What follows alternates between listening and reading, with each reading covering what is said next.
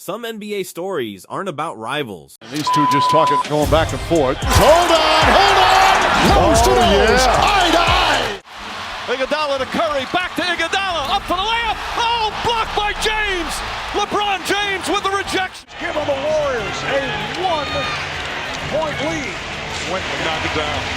A long three for Thompson. Again, it is Iguodala. Thompson fires for three. Yes! They're about friends who turned into strangers, a championship partner who secretly wanted out, a teammate who left in the middle of the night without a single phone call.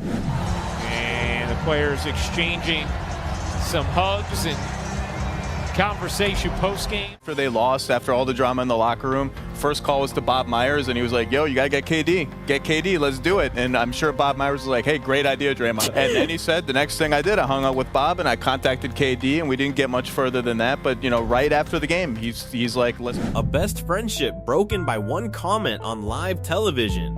A locker room secret that ended in a courtroom. These are the betrayals the NBA never fully recovered from. Ask me about free agency, ask my teammates, my coaches, you rile up the fans about it. Y'all let us play basketball. That's all I'm saying. And now when I don't want to talk to y'all, it's a problem with me. Come on, man. Grow up. Grow up. And some of these guys still haven't spoken since.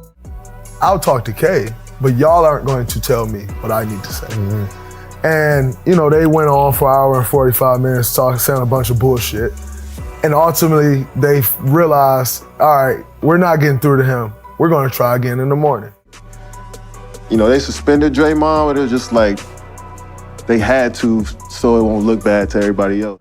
Segment 1, LeBron and Kyrie brothers, who almost weren't at starts in Cleveland. 2013, a young Kyrie Irving, hearing that LeBron James was coming back home, and instead of excitement, resentment. From day one, their partnership is a ticking time bomb. I was there first. There you go. And then I came back, but don't worry about it. Go ahead, keep going. But 2 years later, it produces a miracle, down 3-1 to a 73-win Warriors team.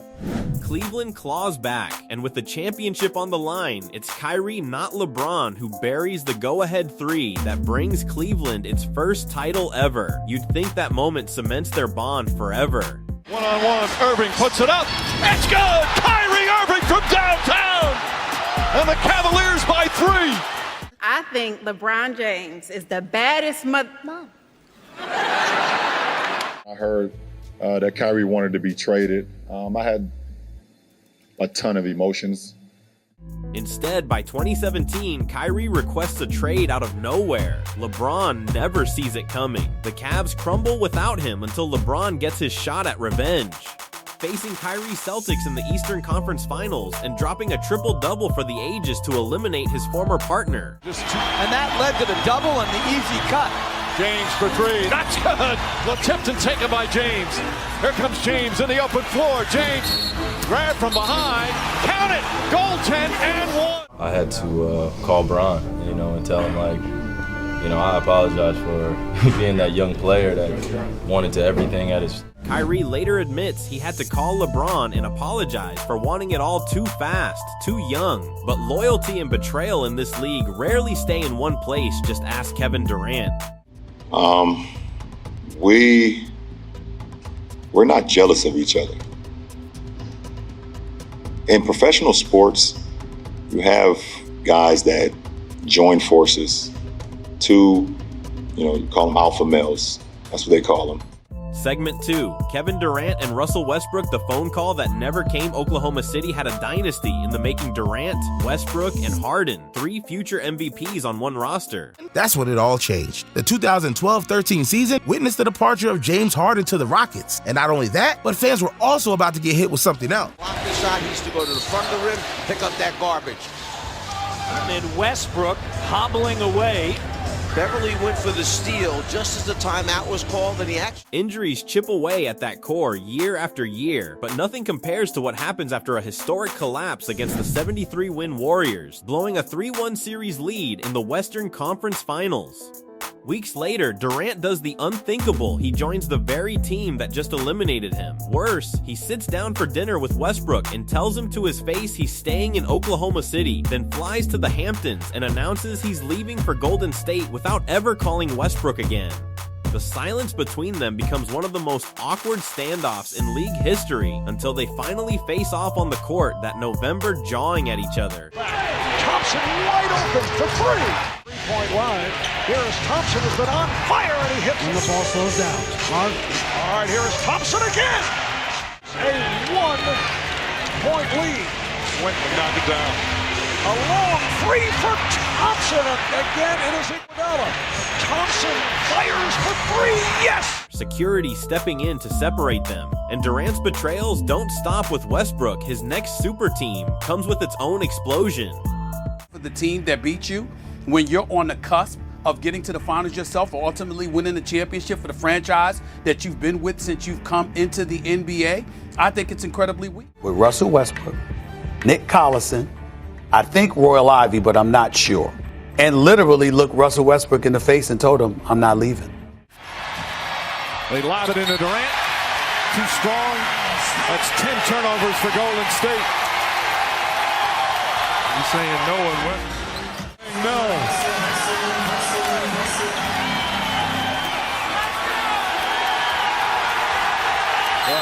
Star teammates jawing at each other. Segment 3, Kevin Durant and Draymond Green, the fight that ended a dynasty. After back-to-back championships in Golden State, tension is already simmering around Durant's looming free agency. It boils over in a tied game against the Clippers. Draymond has a chance to pass Durant the ball for a potential winning shot, chooses not to, and turns the ball over instead. Durant lets him hear it. Draymond fires back with words that cross a line, reportedly telling Durant he had 1 foot in and 1 foot out of the team. I'll talk to Kay, but y'all aren't going to tell me what I need to say. And, you know, they went on for an hour and 45 minutes saying a bunch of bullshit. And ultimately, they realized, all right, we're not getting through to him. We're going to try again in the morning. You slept on it. You ready to apologize?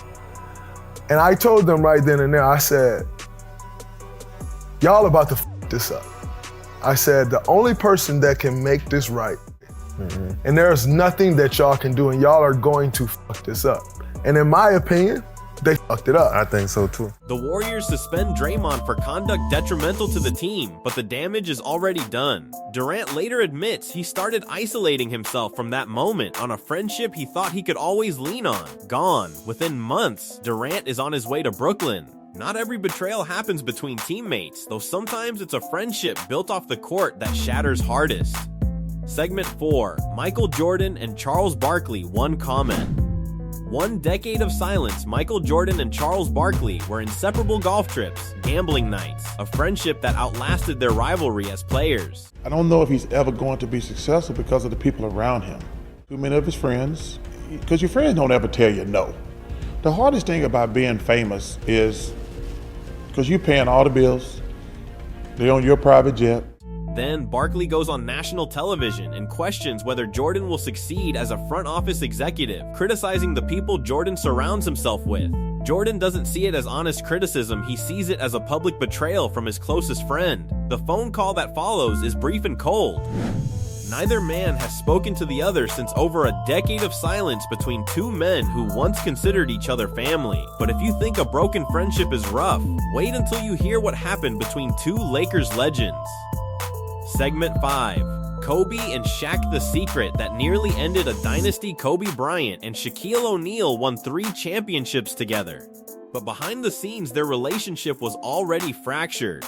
In the summer of 2003, while dealing with a legal situation, Kobe makes a comment to authorities referencing Shaq's personal life, a comment that becomes public and puts massive strain on their partnership as teammates. The guys were complaining.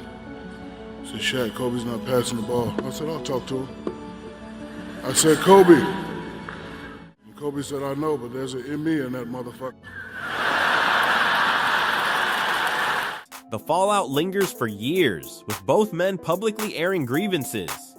But time heals what seemed unfixable. When Kobe passed away, Shaq delivered an emotional tribute, choosing to remember the brotherhood over the betrayal. 5 different partnerships, 5 different betrayals, and every single one of them changed the direction of NBA history.